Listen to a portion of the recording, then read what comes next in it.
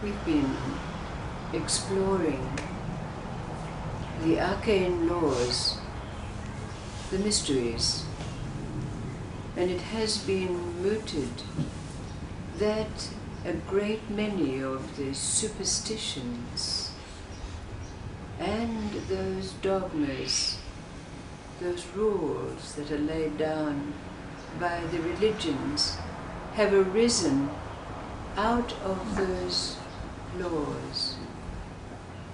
But moving along a little, let's see what this little story evokes for us relative to this. Fortunate is the man who has done good deeds, who has good friends, who has a good family, and has wealth. There was such a man, a merchant, who had worked hard all his life, and during that lifetime he'd given alms to the poor and helped people whenever he could. He had 10 good friends he'd accumulated over his lifetime. He had 10 sons, and he was wealthy. But this merchant gathered his sons together one day and said, "I am a wealthy man, and I wish to give to you your heritage before I die, not to be given after my death, to use as you will. And that day will come." So the wheel of time turned, but as is the way with life, the wealthy man had losses.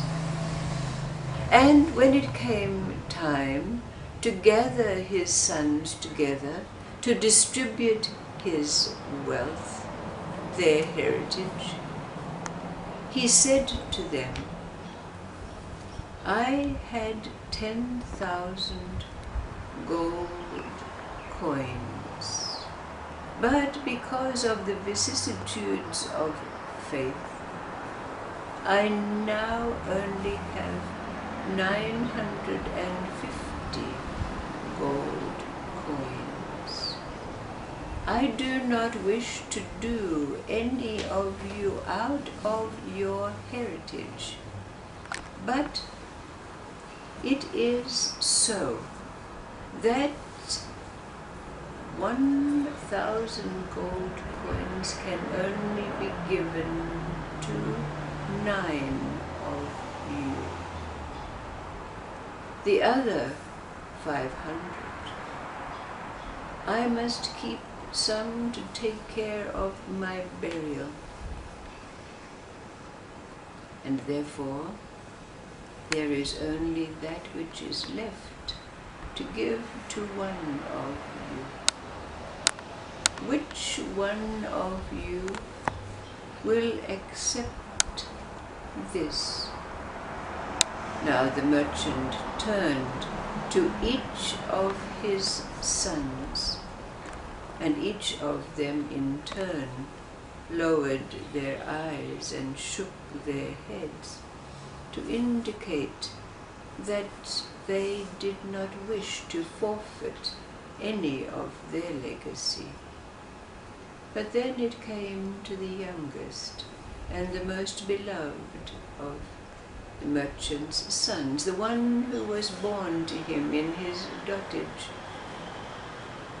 And the youngest son said, "I am happy to accept whatever legacy it is that is left for me? And his father the merchant said, Yes, but remember, I have 10 good friends, and they are worth more than silver and gold. Now, in due course of time, the merchant died, and after the term of mourning, which was a term of 7 days, the 9 elder brothers spent their legacy in ways which were frivolous, we might say, and soon they depleted that which had been given to them.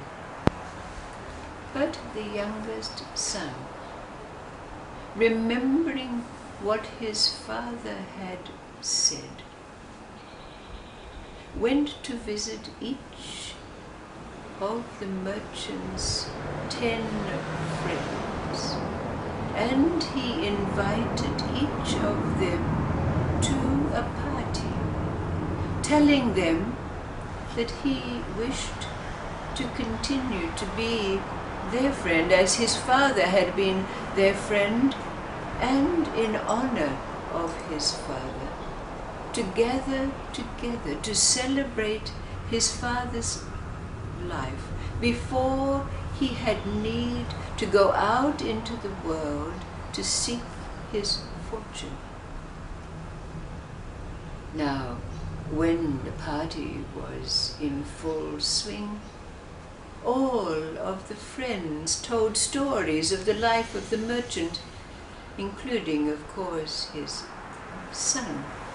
And they spent many happy hours sharing these stories of the good works, the experiences they'd had.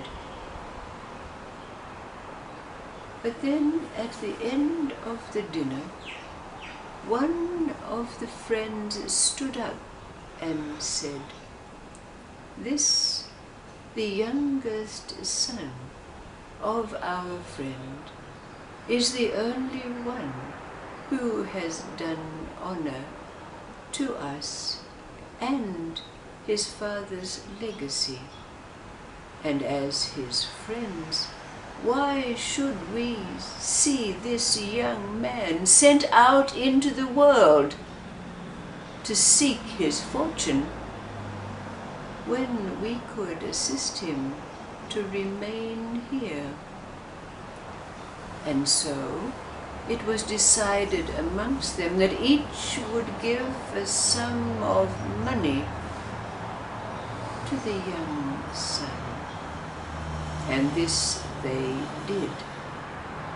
And the youngest son, using that money, became a very successful merchant in his own right. He remained friends with his father's friends for the rest of their lives and for the rest of his life, and remained in the community, continuing the good works as part of the heritage of his beloved father.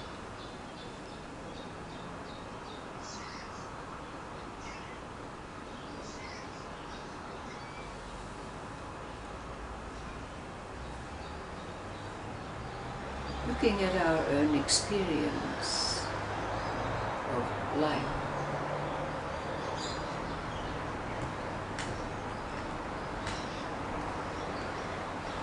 and now with the knowledge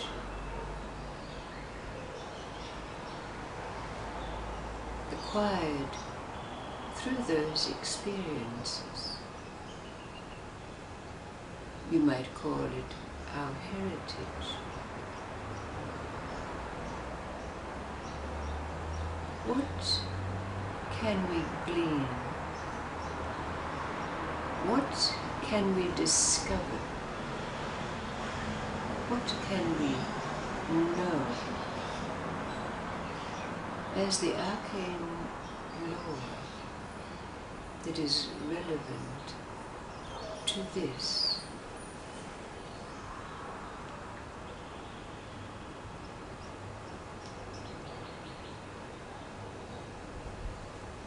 But first, we might look at the story itself. What arises for you out of this story?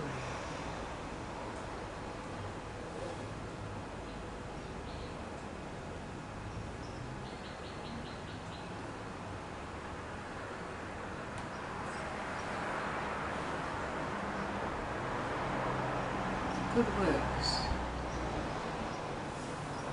good friends, a good family, and worth.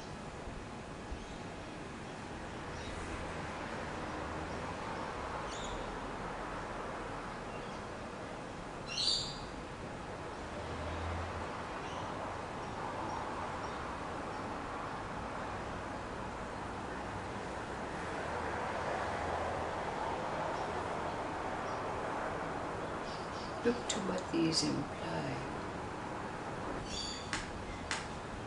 Mullah Nasruddin was riding down the road on his donkey when all of a sudden the donkey tripped on a stone and toppled Mullah Nasruddin off his donkey into the dust, and his turban went rolling off into the ditch at the side of the road.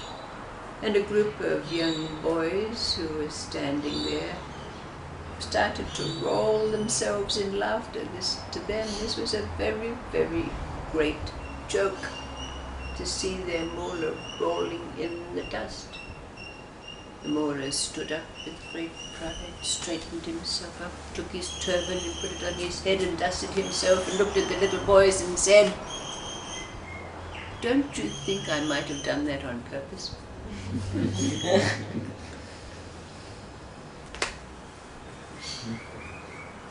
Here's a clue to our story.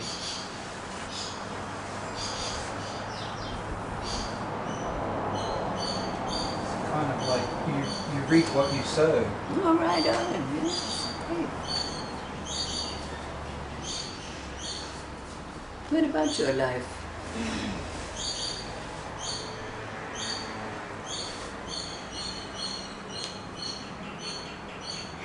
It's about love. Sorry? It's about love. You're right. The coin of the realm is the expression of the love. Right. And the legacy of the father was love. Yes. And the love of the son. Yes.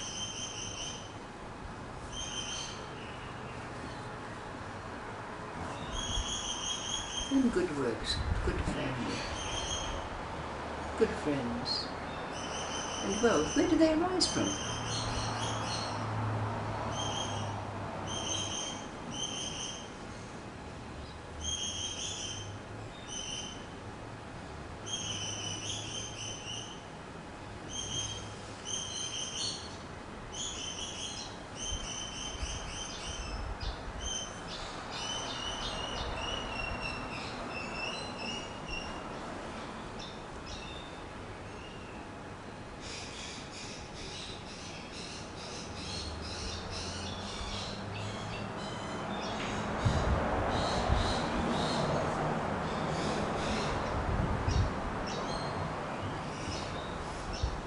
Putting the self last. Mm-hmm. Putting the self last. Putting yourself last.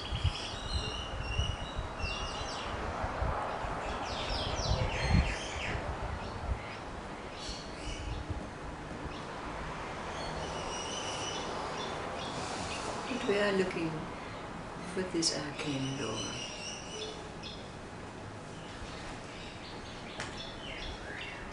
And it's still be love. All right. It'll be love of life, love of being.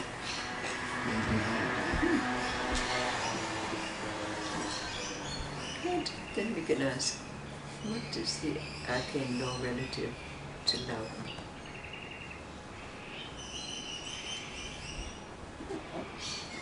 with what we value, that what we value actually increases and what we don't value dissipates. Yes. Yes.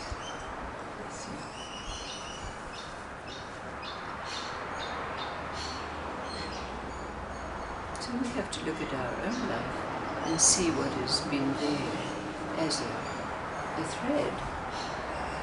And we can call it. Oh, we can call it, I've been a good person or whatever it is. But what is that law behind that, whatever name that we give it?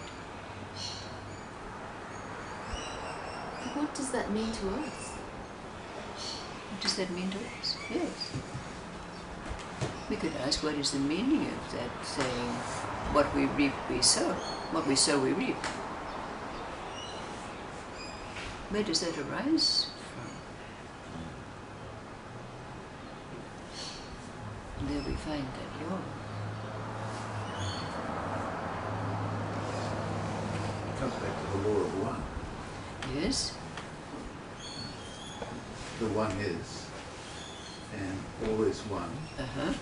And when you try to separate them out, that's when you create the dissonance, the lesson that brings you back to it all was one. Yes. So we're looking for what lies behind this man in the good deeds, the good friends, the wealth, the good family. Where does it arise from? It's like he's living the life of where everything comes from the emptiness rather than like living the life of the mind. It's like the sons that all wanted the money. That was like a mind move where it's like, grabbing what appears to be immediately gratifying. When you live a life of emptiness, it's like the good deeds are sort of like, that action that arises in the moment, and the good friends are like the person in front of you is the most important person, and good family is like the circumstances. Yes. So you're going right behind it now to the overall law that's there. And we see these arcane laws arising just out of this. So we can then take, at every moment, be back into that place where all does arise out of that one realization. This is the action meeting stillness. Action meeting stillness. So of course, this is the falling off his donkey on the backwards.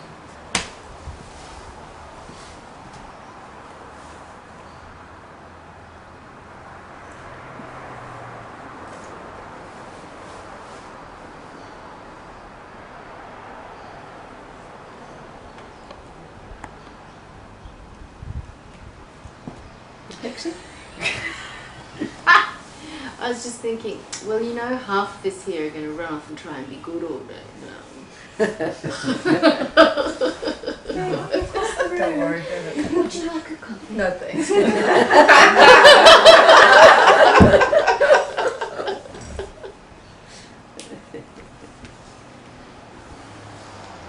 But you do realize that we would not be able to be here and gather together and work in this way if we had not arisen beyond grabbing those things and taking